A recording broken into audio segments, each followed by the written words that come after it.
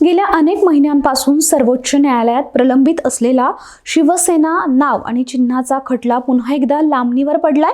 आज सुप्रीम कोर्टात शिवसेना नाव आणि धनुष्यबाणावर अंतिम सुनावणी होणार होती, मात्र आज सुनावणी आधीच कोर्टाने या प्रकरणाची सुनावणी पुढे ढकलली आहे।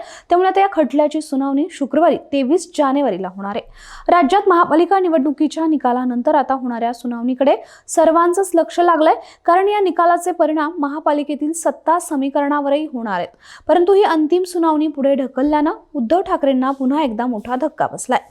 याबाबत वकील असीम सरोदेंनी या प्रकरणी आपली प्रतिक्रिया दिली आहे। ते माध्यमांशी बोलताना म्हणालेत की आज सुप्रीम कोर्टाकडून निकाल येण्याची अपेक्षा होती, मात्र या प्रकरणाला तब्बल 3.5 वर्ष उलटून गेली असताना अजूनही केवळ तारीखच दिली जाते। पुढील सुनावणीसाठी 23 तारीख देण्यात आली असून त्या दिवशी निकाल येण्याची शक्यता आहे।